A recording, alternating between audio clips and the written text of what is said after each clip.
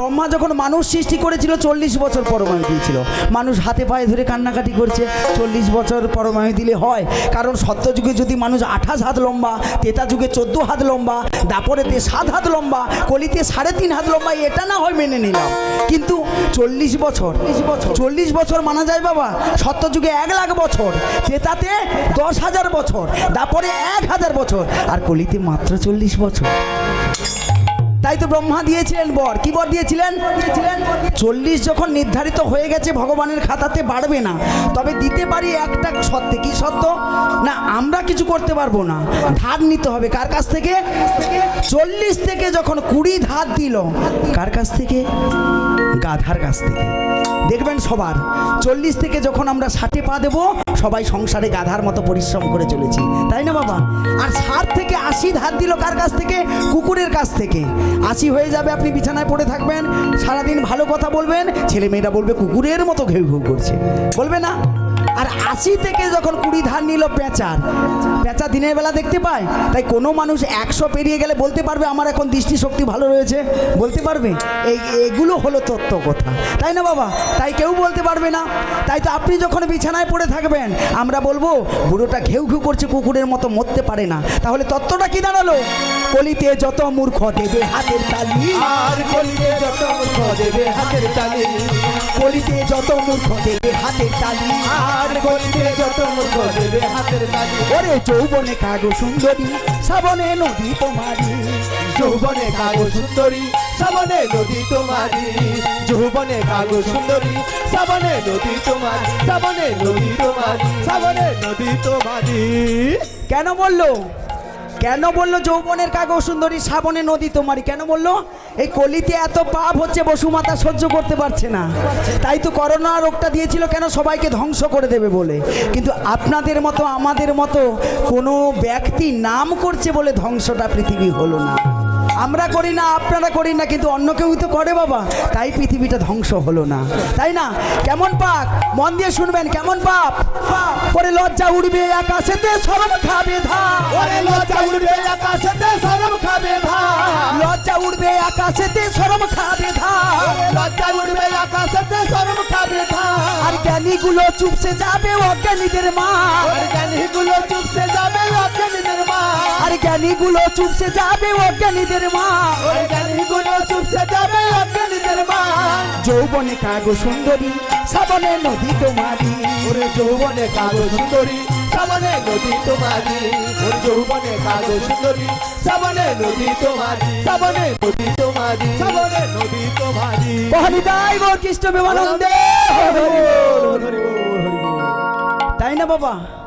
আমরা হয়তো বলি কি সন্তান মায়ের গর্ভে রয়েছে, সন্তান কিছু শুনতে পায় না, জানতে পারে না, বুঝতে পারে না, সব বুঝতে পারে। মায়ের গর্ভে সন্তান থাকলে সব বুঝতে পারে।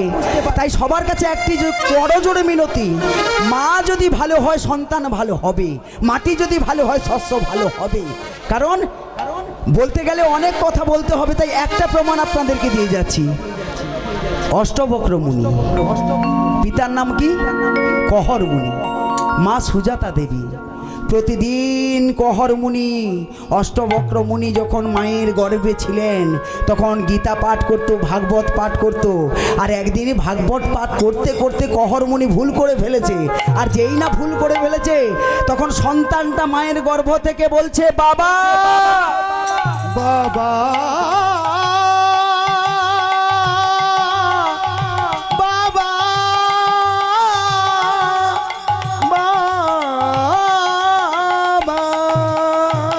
বাবা তুমি ভুল বললে।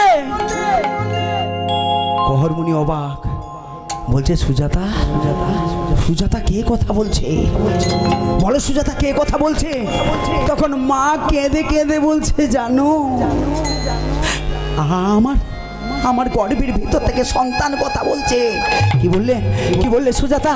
তোমার গর্ভের ভিতর থেকে সন্তান কথা বলছে? হ্যাঁ সুজাতা, ওর এত বড় স্পর্ধা, গর্ভের ভেতর থেকে বাবার ভুল ধরে, তাই তো আমি ওকে অভিশাপ দিলাম। পিতার ভুল ধরার জন্য ওই সন্তান যবে জন্ম নেবে, 8 স্থানে বাঘ হবে, আর ওই সন্তানের নাম থাকবে অষ্টবক্র মুনি। হরিদাই গৌর প্রেমানন্দে, হরি হরি বল, হরি বল, হরি বল। তাই তো মাগো, গর্ভের ভিতরে সন্তান থাকলে মা যদি প্রতিদিন সিরিয়াল দেখে, মা যদি হাঙ্গামা দেখে, ওই ছেলে বড় হলেই তো বিষয় আসার জন্য বাবাকে খুন করবে, মাকে খুন করবে, ভাইকে খুন করবে। প্রতিদিন আমরা পেপারে দেখছি না? এটা তো নিশ্চয়ই হবে।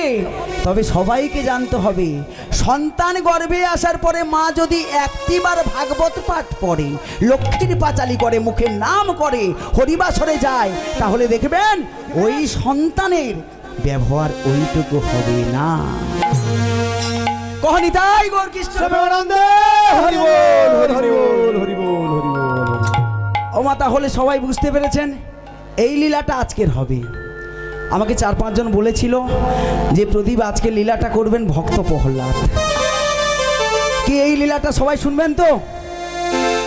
ভক্ত প্রহ্লাদ লীলাতে আপনারা জানতে পারবেন একটা বিষয়, খুব ভালো তত্ত্ব। কি তত্ত্ব?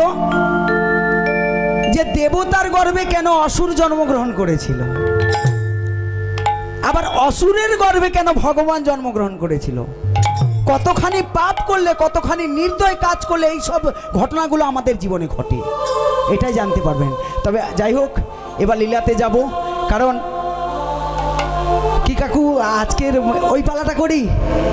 ঠিক আছে, সবাই মিলে শুনবেন তো? আচ্ছা, বলতে বলতে থেকে গেলাম।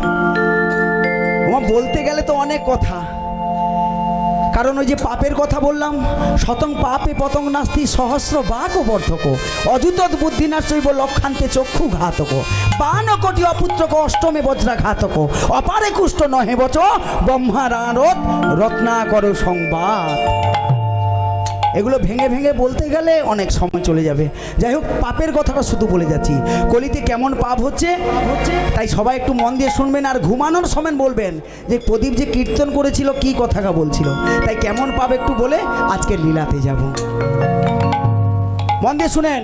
কহনি তাই গৌর কৃষ্ণ প্রেমানন্দে হরি বল হরি বল হরি বল। ওরে শিষ্য হয়ে না মানিবে গুরুর বচন, গুরুর বচন, পিতা মাতায় না পালিবে পুত্র কন্যাগণ, আর পুত্র কন্যাগণ, আরে অশ্বমের যাগযজ্ঞ না হইবে পূর্ণ, না হইবে পূর্ণ, জাতি ভেদে না থাকিবে হবে একই বর্ণ, হবে আগে বর্ণ, ব্রাহ্মণের ব্রহ্মত্ব লুপ্ত হয়ে যাবে, লুপ্ত হয়ে যাবে, আর এই সব রঙ্গরে ভাই কলিতে ঘটিবে, কলিতে ঘটিবে, পিতার সঙ্গেতে পুত্র চাতুরি করিবে, আর চাতুরি করিবে, 12 বছরের কন্যা যত গর্ভবতী হবে, আর গর্ভবতী হবে, মহাকলি গোতে ঘোরে কলির অধিষ্ঠান, কলির অধিষ্ঠান, আর মনুষ্য জনিবে সব বিগতমান, আর বিগতমান, আর ভয়ে কেউ না যাইবে বেগুন গাছের কাছে, আর বেগুন গাছের কাছে, আকশিতে তুলিবে বেগুন সব গাছে গাছে, আর সব গাছে গাছে, শূদ্র হবে গুরু আর